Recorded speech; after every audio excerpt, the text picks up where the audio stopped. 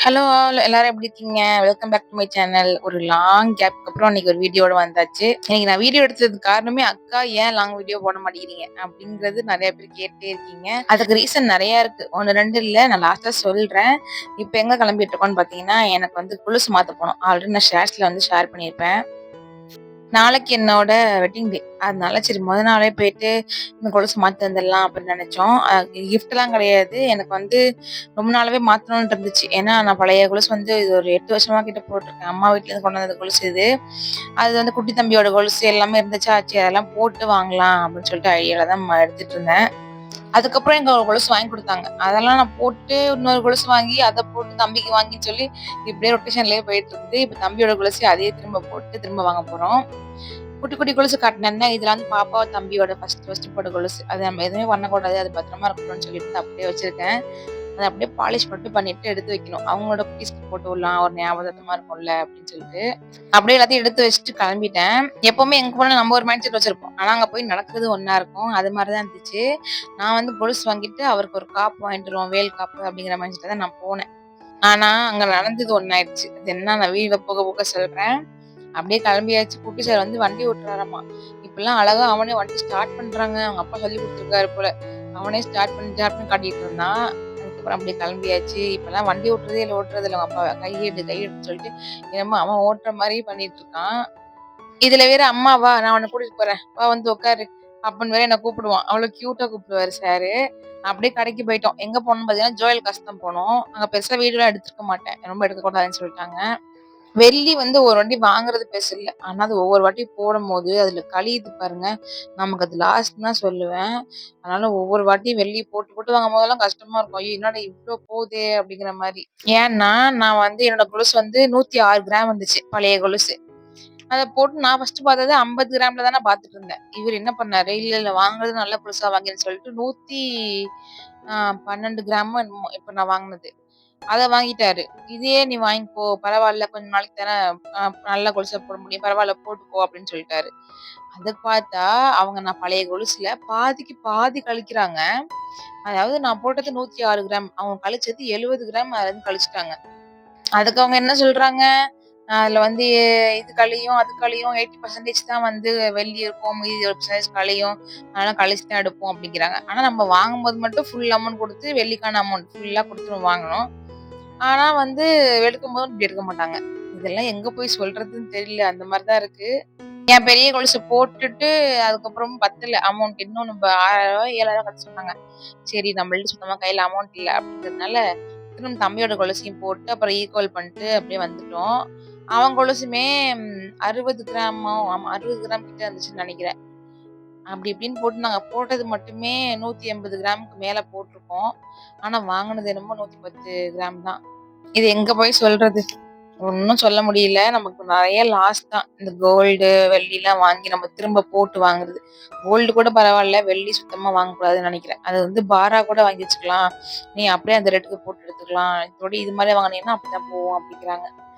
அப்படியே சரின்னு சொல்லிட்டு வரும்போது பாப்பாவ கூட்டு வந்துட்டோம். அவளுக்கு கொஞ்சம் ப்ராஜெக்ட் பண்ண வேண்டியது இருந்துச்சு. அதனால அதுக்கான திங்ஸ்லாம் வாங்கிட்டு அப்படியே வந்தாச்சு. மேடம் வந்தோனே அவங்க ரொட்டீன் ஸ்டார்ட் பண்ணிட்டாங்க. என்ன பண்றாளோ இல்லையோ, அந்த ஷூ சாக்ஸ மட்டும் வந்தோனே கழட்டி வச்சுட்டு போப்பான்னு சொல்லுவேன். அது மாரி கழட்டி வச்சுட்டு, அப்புறம் எல்லாத்தையும் அடுக்கி வச்சுட்டு இருந்தாங்க. அவளுக்கு செப்பல் ஸ்டாண்ட் வந்து ரொம்ப பிடிக்கும்.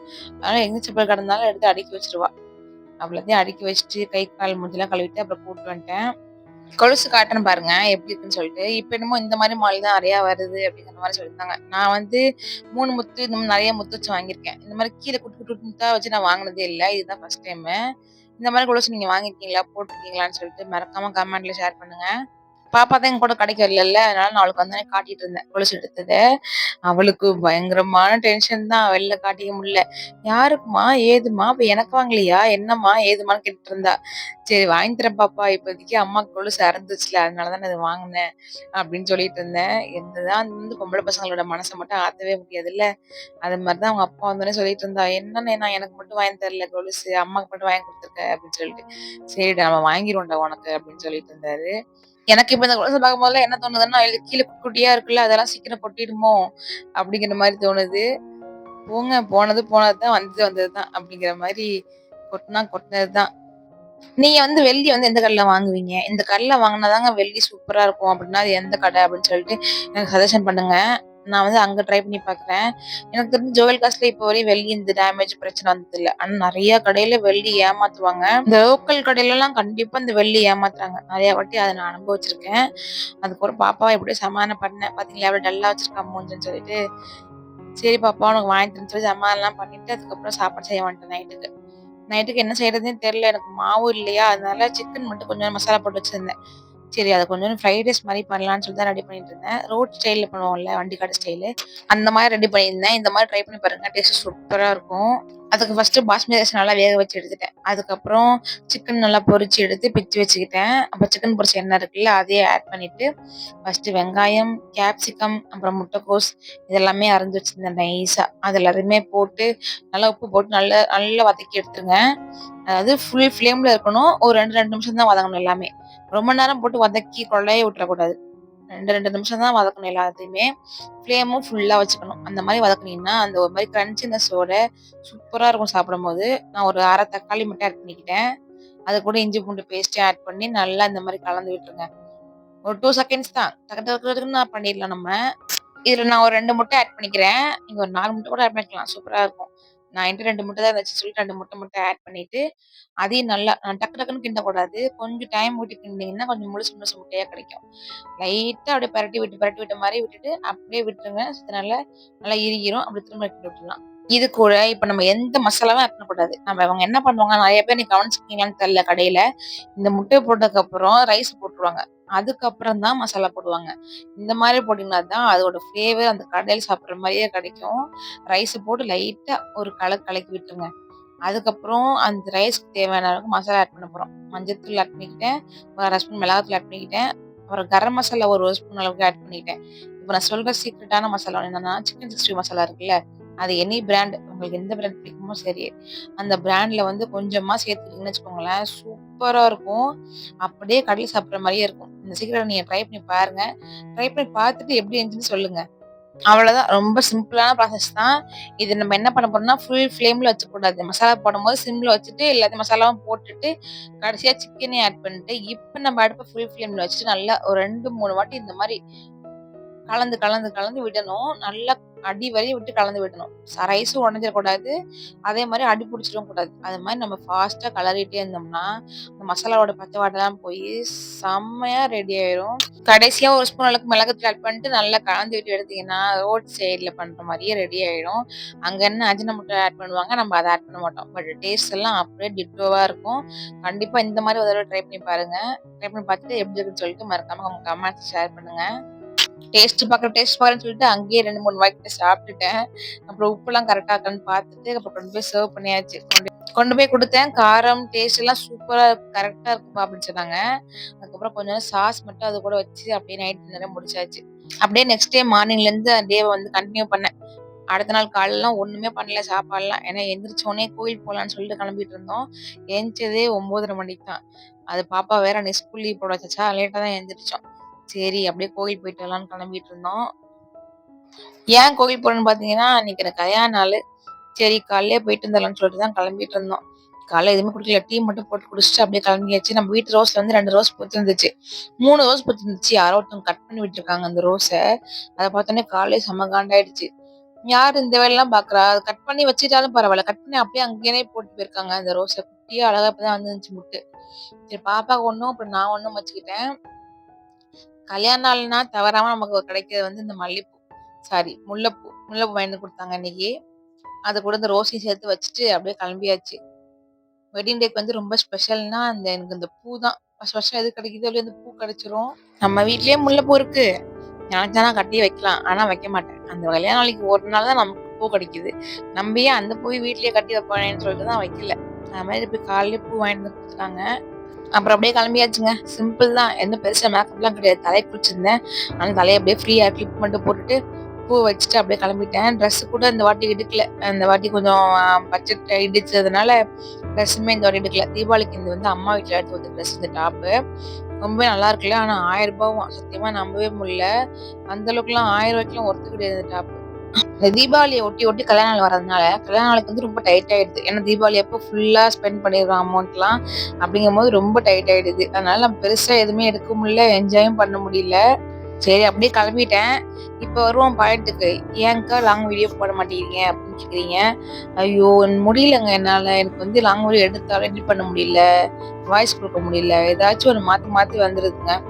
ஏன்னா குட்டி பசங்கள வச்சுக்கிறதுனால, இந்த ஷார்ட்ஸ் போடுறது எனக்கு டைமிங் கரெக்ட்டா இருக்கு. அது இந்த லாங் வீடியோ எப்படி நான் இதுல போடுறது? நீங்களே சொல்லுங்க. ரொம்ப சேட்டை குட்டி பையன். அதனால சுத்தமா போட முடியல. காரணம் சொன்னா சொல்லிக்கிட்டே போலாம். நெறைய காரணம் இருக்கு. பட் நான் இத எப்படி நான் சொல்லி எனக்கு விளங்க வைக்கிறது எனக்கு தெரியல. அதுவும் இல்லாம நான் கஷ்டப்பட்டு எடிட் பண்ணி போட்டாலும், எனக்கு நெறைய ரெஸ்பான்ஸ் வந்து பெருசா கிடைக்க மாட்டேங்குது. என்னைய ஒரு 3800 3800 கிட்ட ஃபாலோ பண்றாங்க. ஆனா எல்லாரும் பார்ப்பாங்களான்னு கேட்டா கிடையவே கிடையாது. ஒரு 500, 700 பேர் தான் பார்க்குறாங்க அந்த வீடியோவ. அதனால எனக்கு டைம் ஸ்பெண்ட் பண்ணி இவ்வளோ தூரம் நான் போடுறோமே, அதுக்கான ரெஸ்பான்ஸ் இல்ல அப்படிங்கிறதுனால ஒரு மாரி மனசு உடைஞ்சிருது. நீங்க சொல்லுங்க. உங்களுக்கு வந்து என்ன மாரி வீடியோ வந்து என்ன எதிர்பார்க்குறீங்க? நான் என்ன மாரி வீடியோ போட்டா கொஞ்சம் இன்ட்ரஸ்டிங்கா இருக்குங்கிறத தயவுசெய்து கமெண்ட்ஸ்ல சொல்லுங்க பார்க்குறோங்க. பார்க்குறவங்க வீடியோ ஃபுல்லா பார்க்கவும் மாட்டேங்கிறீங்க. ஆனா என்னால எந்த அளவுக்கு முடியுமோ அந்த அளவுக்கு நான் இன்ட்ரஸ்டிங்கா தான் கொண்டு போறேன். ஆனா என்ன தொடர்ந்து 2, 3 பேர் கேட்டீங்க. அவங்க எல்லாம் கண்டிப்பா வீடியோ ஃபுல்லா பார்த்துட்டு எனக்கு கமெண்ட் பண்ணிட்டு தான் போறீங்க மறக்காம. இது என்னோட அன்பு கட்டளையா எடுத்துக்கோங்க. தயவு செய்து பார்த்துட்டு ஒரு 4 கமெண்ட் தட்டி விட்டு போங்க. எனக்கு அப்பதான் திருப்தியா இருக்கும் வீடியோ இவ்வளோ தூரம் எடிட் பண்ணி போட்டதுக்கு. ஷார்ட்ஸ் பார்த்தவங்களுக்கு தெரிஞ்சிருக்கும். கல்யாண நாள் வந்து வெள்ளிக்கிழமை நடந்துச்சு. இந்த வீடியோ எடிட் பண்ணி 2 நாள்ல போடுறேன்னு சொல்லி ஞாயிற்றுக்கிழமை காலைல போடலான்னு நெனச்சிருந்தேன். ஆனா, இது அப்படி இப்படின்னு தொடர்ந்து இப்ப நான் புதன்கிழமை அன்னைக்கு போடுற மாரி ஆயிடுச்சு. சுத்தமா எனக்கு உடம்பு சரியில்ல. ஒரு 2, 3 நாளா வந்து உடம்பு சரியில்ல, வீடியோ எடிட் பண்ணவே முடியல. இந்த மாரி நெறைய போயிட்டு இருந்ததுனால சுத்தமா அந்த வீடியோ போட முடியல. இப்படிதான் ஒவ்வொரு வாட்டியும் நான் நெனைக்கிறேன், ஒவ்வொரு வாட்டி பண்ணணும்னு நெனைக்கிறேன். ஏதாச்சும் ஒண்ணு வந்து தடுத்துருது. இந்த மாரி தள்ளி தள்ளி போயிடுதா, அதனால தான் வீடியோ போட முடியல. இந்த மாரி லைவ்லயே நம்ம வீடியோ வந்து விளாக் மாரி ஷூட் பண்ணலாம் அப்படிங்கிற ஒரு ஐடியாலயும் நான் இருக்கேன். அந்த மாரி போடலாமா அப்படிங்கிறதையும் நீங்க கமெண்ட்ல சொல்லுங்க மறக்காம. அதுக்கப்புறம் அப்படியே கிளம்பியாச்சு. நம்ம கோயிலுக்கு போம்போதே நம்ம மணி வந்து 11:45 கிட்ட ஆச்சு. சரி சாப்பிட்டு போயிடலான்னு சொல்லிட்டு ஒரு ஹோட்டல்ல நிப்பாட்டி சாப்பிட்டுட்டு, அதுக்கப்புறம் தான் மலை ஏறியிருந்தோம். எந்த கோயில் பார்த்தீங்கன்னா, சிவன் மலைக்கு தான் போயிருந்தோம். ரொம்ப நாளாச்சு தம்பி பொறக்க முன்னாடி போனது. அப்புறமா 2 பேரும் மலை மேல ஏறும்போது செம்ம ஹாப்பி 2 பேருக்கும். மலையில போறோம், மலை மேல ஏறுறோம்னு சொல்லிட்டு. கத்திக்கிட்டே ஜாலியா என்ஜாய் பண்ணிட்டு இருந்தாங்க அவங்க. திருப்பூர், கோயம்புத்தூர் இந்த பக்கத்துல இருக்கவங்களுக்கு வந்து கண்டிப்பா இந்த மலை தெரியும். காங்கேயம் பக்கத்துல இருக்குது இந்த மலை. சிவன் மலைன்னு சொல்லுவாங்க. ஆனா வந்து உள்ள இருக்கிறது முருகர். சரி கல்யாண நாள் எதுமா போய் முருகர சந்திச்சுட்டு வருவோம்னு சொல்லிட்டு தான் கிளம்பி போயிருந்தோம். ரொம்ப பெரிய மலைலாம் இல்ல. ஓரளவுக்கு டீசென்ட்டா இருக்கும். ஆனா மேல பைக், கார் எல்லாமே போலாம். ஒரு பக்கம் வந்து நடைபாதையும் உண்டு. நாங்க வரும்போதெல்லாம் பைக்ல தான் வந்திருக்கோம். எனக்கு தெரிஞ்சு கார்ல ஒரு 2வது தடவ வரோம்னு நெனைக்கிறேன். ரொம்பவே சூப்பரா இருக்குங்க கோயில். ரொம்ப பீஸ்ஃபுல்லா இருக்கும். செம்மையா இருக்கும். நாங்க அன்னைக்கு என்னமோ தெரியல. அன்னைக்கு நான் போன டைம்ல சுத்தமா கூட்டமே இல்ல. வெள்ளிக்கிழமை தான் போயிருந்தோம். பட் பெருசா கூட்டம்லாம் ஒண்ணும் இல்ல. ரொம்ப திருப்தியா நின்னு நிதானமா சாமி கும்பிட்டு வந்தோம். அது மாரி இந்த மாரி அடிக்கடி எங்கேயாவது வெளில போம்போது பாப்பாவுக்கும் ரொம்ப ஹேப்பியா இருக்கு. அவ இப்ப தானே வளர்றா. நெறைய எக்ஸ்ப்ளோர் பண்றா. ஓ! மலை மேல இப்படிலாம் வண்டியில போலாமா? இப்படிலாம் ஒண்ணு இருக்கா? அப்படிங்கிற மாரி ஒரு மாரி ஜாலியா இருந்துச்சு அவளுக்கு. ஒரு மாரி சொல்லிட்டே வந்தா, "அம்மா நல்லா இருக்குல்லம்மா, நம்ம அடிக்கடி வருவோம் இங்க." அப்படின்னு சொல்லிட்டு வந்தா. இனிமே வளர வளர குட்டீஸ் எல்லாம் கேட்பாங்கன்னு நெனைக்கிறேன். இத்தன நாள் என்னைய வச்சு ஏமாத்திட்டாரு இவரு. இனிமே பசங்களுக்காகவே கொஞ்ச நாள் வெளில போற மாரி இருக்கும்னு நெனைக்கிறேன். நாங்க அப்படி இப்படின்னு சாப்பிட்டு போறதுக்கு ஒரு 1:30 மணி கிட்ட ஆச்சு. ஆனா கிளைமேட் பார்த்தீங்கன்னா 1:30 மணி மாரிலாம் இல்ல. செம்ம கூலிங்கா இருந்துச்சு. சூப்பரா இருந்துச்சு. ஏன்னா அது மலை பிரதேசம் தானே. மேல மலைக்கிட்ட போக நல்லா கூலிங்காவே இருக்கும் நார்மலாவே. அது மாரி நெறைய மதியான நேரம் மாரியே இல்ல. ஏதோ காலையில போன மாதிரி அப்படிதான் இருந்துச்சு. சூப்பரா இருந்துச்சு கிளைமேட் எல்லாமே. அப்புறம் அப்படியே உள்ள போயிட்டு சாமிய சூப்பரா திருப்தியா நின்னு ஒரு 1/4 மணி நேரம் நின்னு சாமி கும்பிட்டுருக்கோம். அவ்வளோ திருப்தியா நின்னு சாமிலாம் கும்பிட்டுட்டு அப்படியே வெளிய வந்துட்டோம். கொஞ்ச நேரம் வெளிய உட்காந்துருந்தோம். வந்து உட்காந்துட்டு அவருக்கு ஃபோன் தான் ஒர்க்கு கொஞ்சம் பிஸியா போயிட்டு இருந்ததுனால ஃபோன் பேசிக்கிட்டே இருந்தாரு. சரி நம்ம அப்படியே நடக்க ஆரம்பிப்போம்ன்னு சொல்லிட்டு கொஞ்சம் அப்படியே எந்திரிச்சு நடக்க ஆரம்பிச்சுட்டோம். அங்க ஒரு குட்டி பாப்பா வந்துருந்துச்சு. அந்த பாப்பா சிண்ட பாருங்களேன். முடியே 4 முடி தான் இருக்கு. அந்த 4 முடிக்கு ஒரு சிண்டு போட்டிருந்தாங்க. நார்மலாவே என் பையன் எல்லாரும் ராவடி பண்ணுவான். அந்த பொண்ணு வந்து என் பையன்ட்ட ராவடி பண்ணிட்டு இருந்துச்சு இன்னைக்கு. அன்னைக்கு சாருக்கு வந்து உடம்பு சரியில்ல. ஃபீவர். அதனால தான் சரி ரொம்ப டல்லா இருந்தாரு. இல்லன்னா செம்ம சேட்ட. அவர் நிப்பாரா ஒரு இடத்துல. அன்னைக்கு தெர்ல கரெக்ட்டா மொத நாள் நைட் வந்து ஃபீவர் புடிச்சுருச்சு அவருக்கு. அப்புறம் அப்படி வீட்டுக்கு போம்போது தான் மருந்து வாங்கிட்டு போனோம். மருந்து வாங்கிட்டு போய் ஊத்துனதுக்கப்புறம் ஒரு அடுத்த நாளே சரியாயிடுச்சு. அது நான் அப்பப்ப ஜுரம், சளிலாம் வரணும். வராம இருந்தா தான் தப்பு. அதனால பிரச்சனை இல்ல. ஒரு 3 நாள் வரையும் எந்த விஷயமுமே நார்மல் தான். ஜுரம், சளிங்கிறது. அதுக்கு மேல போனா தான் நம்ம பயப்படணும். அதனால பாப்பா தம்பி எப்பவுமே ஒரு 2 நாள் ஜுரம் இருக்கும். ஒரு 3 நாள் சரியா போயிடும். இந்த வியூவ பாருங்க எவ்ளோ அழகா இருக்குன்னு சொல்லிட்டு, ரொம்ப நிம்மதியா இருந்துச்சு மனசுக்கு. எவ்ளோ ஸ்ட்ரெஸ்ஸா உள்ளவங்க போனா கூட, அந்த அந்த வியூலாம் பார்த்துட்டு கொஞ்ச நேரம் 10 நிமிஷம் அப்படி நின்னுட்டு, எதையுமே யோசிக்காம அப்படியே கொஞ்ச நாள் அந்த வியூவ பார்த்துட்டு இருந்தாலே ஒரு மாரி திருப்தி ஆயிரும் மனசு. அப்படிதான் கொஞ்ச நேரம் நின்னு பார்த்துட்டு இருந்தேன். அவங்க ஃபோன் பேசி முடிக்கிற மாரி இல்ல அப்படின்னு சொல்லிட்டு நான் கொஞ்ச நாள் அப்படியே 10 நிமிஷம் உட்காந்து பார்த்துட்டு, அப்படியே கிளம்பி வந்துட்டோம் வீட்டுக்கு. அவ்வளோதான் இந்த விலாகோட எண்டுக்கு வந்தாச்சு. இந்த விலாக் உங்களுக்கு பிடிச்சிருந்துச்சுன்னா மறக்காம ஒரு லைக் அண்ட் சப்ஸ்கிரைப் பண்ணுங்க நம்ம சேனல. உங்க ஃபேமிலிஸ்க்கு நம்ம சேனல வந்து ஷேர் பண்ணி விடுங்க. உங்களுக்கு எந்த மாரி வீடியோ வந்து எங்கிட்ட வேணுங்கிறத மறக்காம கமெண்ட்ல சொல்லுங்க. நான் நெக்ஸ்ட் வீடியோவா அப்லோட் பண்றேன். அவ்வளோதான். வேற ஏதாவது இன்ட்ரஸ்டிங்கான வீடியோவோட நான் நெக்ஸ்ட் வந்து உங்களுக்கு மீட் பண்றேன். Stay tune. பை.